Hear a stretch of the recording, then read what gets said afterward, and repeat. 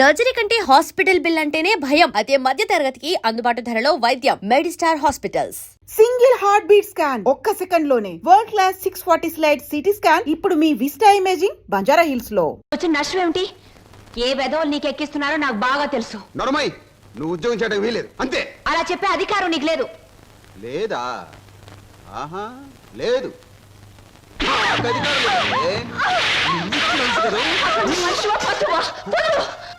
ఇప్పుడేమంటావు? ఆడదాని మీద చేయి చేసుకునే ప్రతి వెధవని ఏమంటారో నిన్ను అదే అంటాను. అక్క నేను వస్తాను. మర్యాద చెప్తున్నా, ఈ రోజు నుంచి నువ్వు ఉద్యోగం చేయడానికి వీలేదు. ఒక్కడుగు ముందుకు వేస్తాను. వేసి తీరుతాను. వేసి తీర్తావటే? కదిరావా, నీ అక్క పోతే కిసాన్ పాలవుతుంది. అక్కనే చేయకు, నీకు దండం పెడతాను. అక్కనే చేయకు.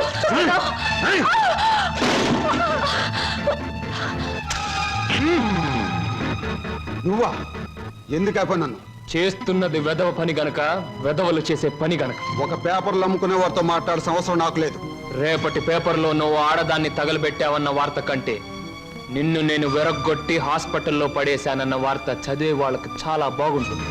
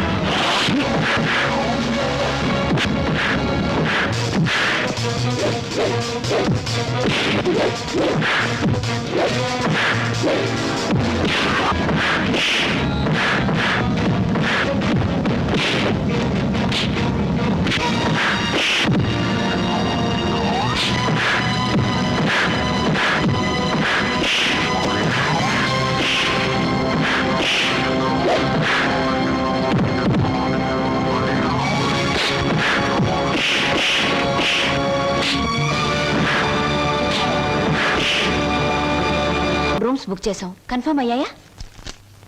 Okay madam, it's confirm. Thank you sir. అమ్మవాడే ఇక్కడ వేలాడుతున్నాడు. చెప్పండి, ఏం సాయం కావాలో చేస్తామా. నువ్వు మేము చాలా పెండ్లి కొడుకు నేనే. అక్కడ తోశారు, ఇక్కడ పెట్టుకున్నారు.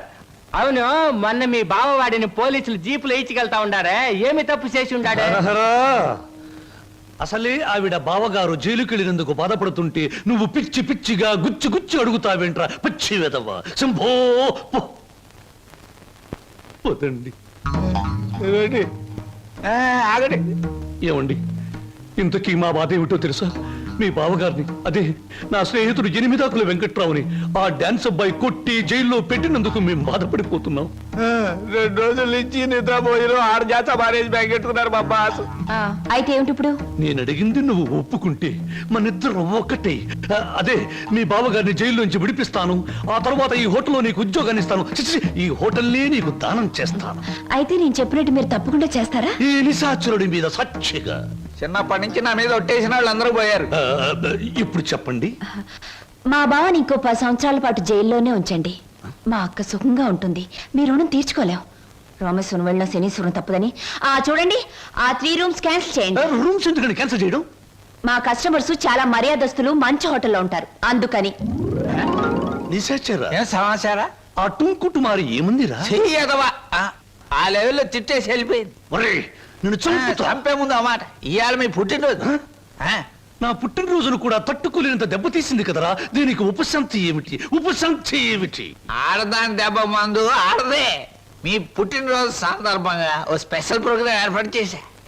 ఈ టూర్లో ఏమిటి అన్నయ్య అస్తమాను? మరి నీ పెళ్లికి డబ్బులు సంపాదించాలిగా. ఊరుకో, జాగ్రత్తగా వెళ్ళి తొందరగా వచ్చాయి. అలాగే. ఒరేయ్ హాయ్ బాబాయ్. నువ్వు బొత్తిగా తమిళనాడు ఎక్స్ప్రెస్ అయిపోతున్నావురా.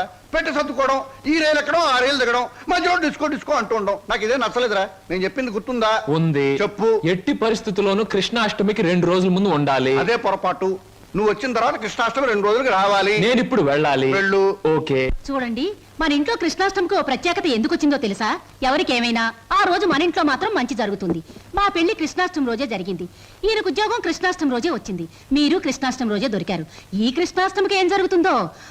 1966లో కృష్ణాష్టమి రోజు రిలీజ్ అయిన ఓ చిత్రం 3 కేంద్రాల్లో సంవత్సరం ఆడింది. ఆ చిత్రం పేరేమిటి? దర్శకుడు ఎవరు? హీరో హీరోయిన్ ఎవరు? ట్రైన్ కి టైం అయింది. దారిలో ఆలోచించి వచ్చిన తర్వాత చెప్తాను. ఓకే. ఆ, మీరు చెప్పరే. పెట్టిచ్చి వచ్చి చచ్చినట్టు చెప్తాను. 1964లో. హలో చింటూ, ఏంటి ఏదైనా టూరా? అవును, వారం రోజుల్లో వచ్చేస్తాను. మా చెల్లాయిని బాబాయి పిన్ని జాగ్రత్తగా చూసుకుంటారు. వాళ్ళిద్దరు నువ్వు జాగ్రత్తగా చూసుకోవాలి. ఓకే. ష్యూర్ గురు, నువ్వు హ్యాపీగా వెళ్ళిరా. వాళ్ళు నువ్వు ఉన్నప్పటికంటే సేఫ్ గా ఉంటారు. Thank you. మా చెల్లాయి రామ్మా, నాకు ఎదురురా.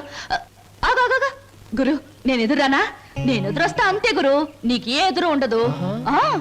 నువ్వు బాగా ఆడకపోయినా పాడకపోయినా చూసేవాళ్ళు వినేవాళ్ళు నిన్ను చాలా మెచ్చేసుకుంటారు. అవును గురు, నా ఎదురంటే అంతే. అలాగా చెల్లాయి, ఈవిడి గారికి వాళ్ళ ఛాన్స్ ఇద్దాం. నువ్వు రా, అలా రా. Come on, I'm ready. Guru, wish all the best.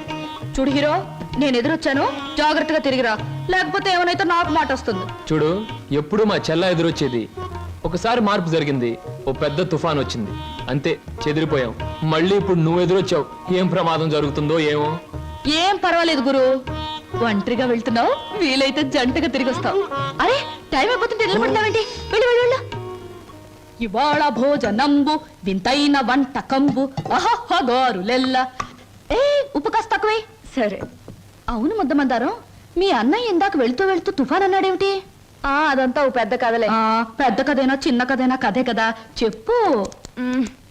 ఇది ఒకటి వెలిగి చావదు, అగి పెట్టేస్తాను. నువ్వు ఇక్కడ పని చూసుకో, నేను తీసుకొస్తాను. ఎక్కడ తగ్గిపెట్టి? దేవుడి గదిలో ఫోటో దగ్గర ఉంది. నువ్వు పిండి కలుపు, నేను తీసుకొస్తాను. Hello, how are you? Fine.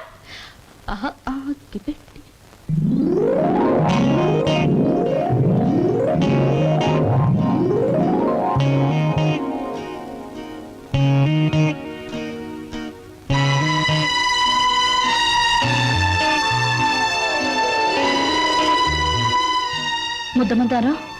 ఏమిటి? ఆ ఫోటో, ఆ టికెట్ ఏమిటి? అదంతా ఇప్పుడు ఎందుకులే, తర్వాత చెప్తాను. నువ్వు ఇప్పుడే చెప్పాలి ప్లీజ్. ఇందాక మా అన్నయ్య తుఫాన్ అని చెప్పాడే, దానికి సంబంధించిన గుర్తే ఆ టికెట్, ఆ ఫోటో. అంటే చిన్నప్పుడు మా అమ్మ నాన్న భూమి తాగదుల్లో చనిపోయారు. ఆ తర్వాత మా మావయ్య మమ్మల్ని పెంచుతానని చెప్పి ఆ తర్వాత మమ్మల్ని అమ్మేయటానికి ప్రయత్నించాడు. తర్వాత మా మావయ్యకు ఒక కూతురు ఉండేది, దాని పేరు సరోజ.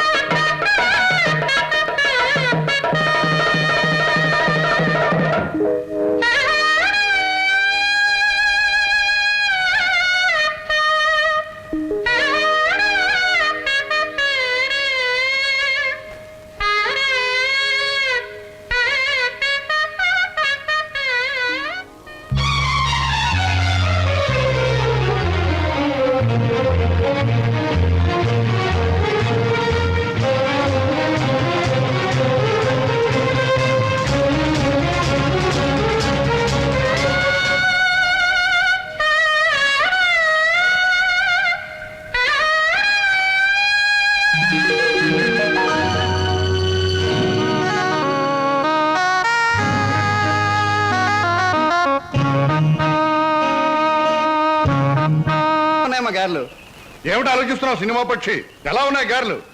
1978లో గారెలు చేపల పులుసుతో తింటే ఆరోగ్యానికి చాలా మంచిదని అక్కినేని నాగేశ్వరరావు గారు ఓ పత్రికలో స్టేట్మెంట్ ఇచ్చారు. నేను చచ్చాను. దాన్ని ఒకే ఒక హీరోయిన్ సమర్థించింది.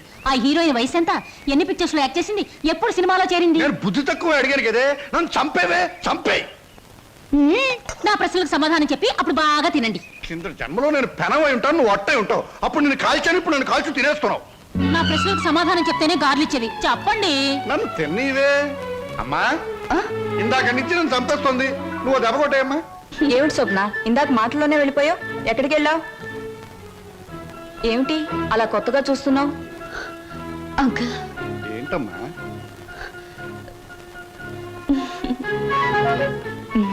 ఏమిటో